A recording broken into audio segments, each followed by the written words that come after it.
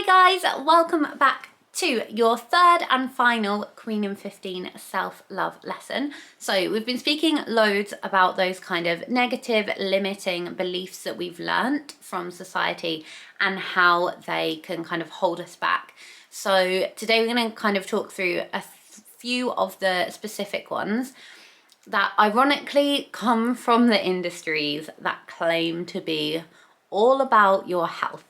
So the diet industries and the fitness industry specifically, they're kind of even more dangerous because they pose in these kind of expert positions as being all for your health and all for your well-being, but actually they can impose some pretty damaging beliefs that we come to learn and we take on and apply to ourselves and, you know, affect that relationship that we have with ourselves. So let's just dive straight in and look at some of the biggest myths or narratives that we're told by the health and fitness industries that are holding us back. So number one, and the biggest one, I think, is health looks a certain way. So for so long we've been fed this, you know, ideal image of health, and to be honest it's changed over the years, which is the ironic thing. But you know, at the minute it is the kind of lean body, the washboard abs, the big juicy built up booty, as they say, when in reality only a very small percentage of female bodies are genetically made to look like that in their healthiest form. Our bodies are all so different and health looks completely different on everybody. And it also weighs different, because this is a whole nother story, but you've probably heard people say about how BMI is basically bullshit. It's not a very accurate measure of health at all. It's also going to look different at various stages of your life. You know, we try so hard to kind of hold on to this one body, but actually our body is supposed to change, just like our lives are supposed to change. And putting pressure on ourselves to fit into that tiny little box of the ideal body can be really damaging, and it can lead to, you know, those kind of extreme behaviors, extreme restriction, or over exercising, whatever it is. And those kind of extreme behaviors are so much more likely to end in failure because they're not sustainable and they're not necessarily right for your body. And then obviously in turn that failure can damage the relationship with ourselves even more and set off that negative spiral that we spoke about in the first video. So instead of kind of holding on to that ideal body, we should always be focusing instead on doing things that make us feel good and feel nourished and feel healthy, because that's going to be a way more personalized approach and it's going to serve you a whole lot better. And you're going to know when you're healthy because you'll feel it. And we shouldn't allow these kind of images to make us doubt ourselves and take away that trust with our bodies. So another one of the biggest kind of myths, narratives, is you only deserve to feel loved, to feel worthy if you are healthy. And by healthy, they really mean thin, which of course is really dangerous. We've put health on such a pedestal, and of course I am encouraging you to try and take care of yourself and look after yourself, but you deserve to love yourself always. And all bodies, everyone deserves love and to feel worthy and to be respected always. So it's really damaging to hold health in such high esteem when there's so many other things that make us as a person. And like we said, if we can build that good relationship with ourselves and feel loved and feel worthy, we are so much more likely to do things that serve our health anyway. And like we've spoken about, a lot of the barriers that might stand in your way and stop you from becoming as healthy as you'd like to be aren't necessarily your fault. They're things and they're systems that have been put in place that have held you back. And the people that do achieve these, like, you know, goal bodies or health goals, whatever, very often come from a place with a lot of privilege. in the form of time. You know, often like those Fitspos you see on Instagram, that is their job. That's their full-time job, like to just work out and look like that.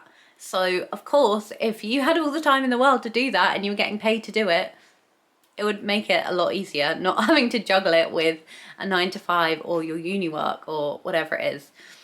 So just remember that privilege comes in the form of time, of money, and genetics as well. Like I say, genetics play such a huge part in our body type and in the results that we can achieve. So take that pressure off yourself and cut yourself some slack and realize that, you know, you're not necessarily to blame for all this. We're all living in completely different circumstances and we are all worthy of compassion, care, and love.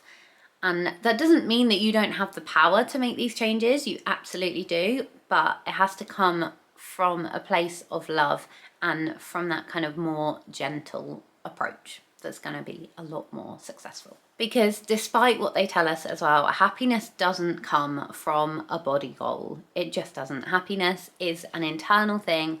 And while of course it is a lot easier to live in society in a certain body because of how it's judged on the outside by everyone else, your internal happiness comes exactly from that place internally, comes from the inside, and you have the power to find it without changing everything about you on the outside. And the last myth that I want to address is that whole idea that food is just fuel and exercise is just a means of burning it off, because that's not a super helpful approach and it's not true.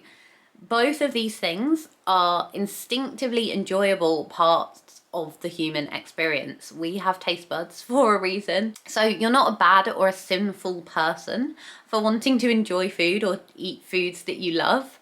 And the irony is the more you restrict it, the more we create these rules around food, the more likely you are to crave it, to want to eat it to an excess, and to develop a kind of fixation around it. So it can take time, and of course if you've suffered from disordered eating in the past, then seeking specific professional help is advised. But at the end of the day, your body does know what it needs. This relationship can become kind of strained and confused by all these other rules, but your body was built to know what it needs food-wise, and the energy it needs and the type of food it needs. So of course, being well informed about nutrition and having guidance is important and necessary, but restriction is never the way. Try and reframe these things like eating healthy food and exercising as other acts of self-love and self-care, rather than kind of things that you have to do or you should be doing, because actually you deserve it. You deserve to make yourself feel good, and reframing it like that can really help to shift our kind of feelings towards it. So like we've spoken about, self-love is all about trusting ourselves, having faith in ourselves and accepting ourselves, and holding on to like all these other beliefs about what is right is like having another person in the relationship. And it becomes very hard for us to trust and accept ourselves when we're constantly listening to another voice telling us that we're wrong or we're bad or we're sinful and naughty, all these things. And it's always going to feel like, you know, a kind of fight and a conflict. So just remember that you are wonderful just for being you. You are worthy just for being you. And you have everything you need within your power to create the life that you want, and one that makes you feel good. You just need to believe it. Okay, so those 3 videos have been kind of a super quick rundown of self-love. Of course, it's so nuanced and so personal to each of us. So I'm speaking very generally, but hopefully it's kind of given you some ideas of where to start, giving you something to think about, because like I said, that awareness is the first step, and the more we can become aware and dedicated to creating that good relationship with ourselves, the more likely we are to find our happiness. So yeah, I hope you enjoyed them, guys. As always, let me know. Let's have a little chat in the comments or in the Facebook group. And my DMs are always open. I'm always happy to talk through this kind of thing. And obviously I'm still learning myself, so it's nice to go on this journey with you all. So thank you so much for being here, and I will chat to you very soon.